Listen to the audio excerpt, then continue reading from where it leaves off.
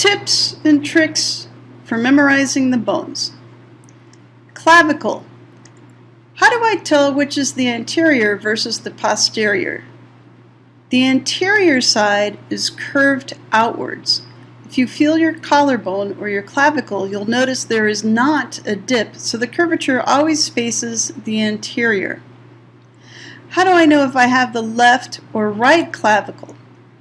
As you see in the picture, there are two ends to the clavicle. One end is flat. It is known as the sternal end. If you were holding the model bone, you would be able to place your palm flat against this end. As long as you know where your sternum is, this should be really easy, because the sternal end of the clavicle attaches to the sternum. In other words, the sternal end is medial to the body. The other end of the clavicle is known as the acromial end. It is lateral to the body. Scapula. How can I tell which direction the scapula faces?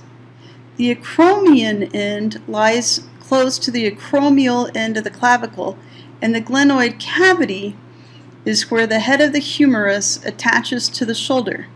This means the glenoid fossa always faces lateral to the body. Now, how do we tell the anterior from the posterior of the scapula? If you look at this figure, you see a line coming across the scapula. This is known as the spine of the scapula. The spine will always face the posterior or backside of the body. Another tip for this is locating the subscapular fossa. Thinking about the word sub means underneath, just like a submarine goes underwater. This means the subscapular fossa will always face underneath or the anterior side. One of the trickiest parts of the humerus is remembering the many bone pieces named at the bottom of the bone. Here's a fun way to remember the order of the bones. Mother trucker can chug real liquor. Mother stands for medial epicondyle. Trucker stands for trochlea. Can stands for coronoid process. Real stands for radial fossa. Liquor stands for lateral epicondyle. Remember to always start with the medial epicondyle, that is the end closest to the median or middle of the body. Also, remember tubercles or bumps. The greater tubercle is the larger bump seen on the humerus. Radius and ulna. The styloid process of the radius always points toward the thumb, and the styloid process of the ulna always points to the pinky side of the hand.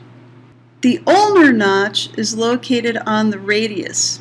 It is called the ulnar notch because it is where the ulna connects to the radius. Similarly, the radial notch is located on the ulna. Don't let the words fool you. Wrist bones. Remembering the bones of the wrist can be tricky for some. Here's a helpful way to remember the wrist bones. So long to pinky, here comes the thumb. So stands for scaphoid. Long stands for lunate.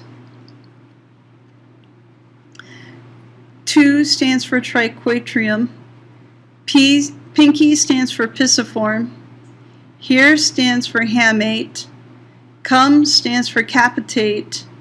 The stands for trapezoid. And thumb stands for trapezium.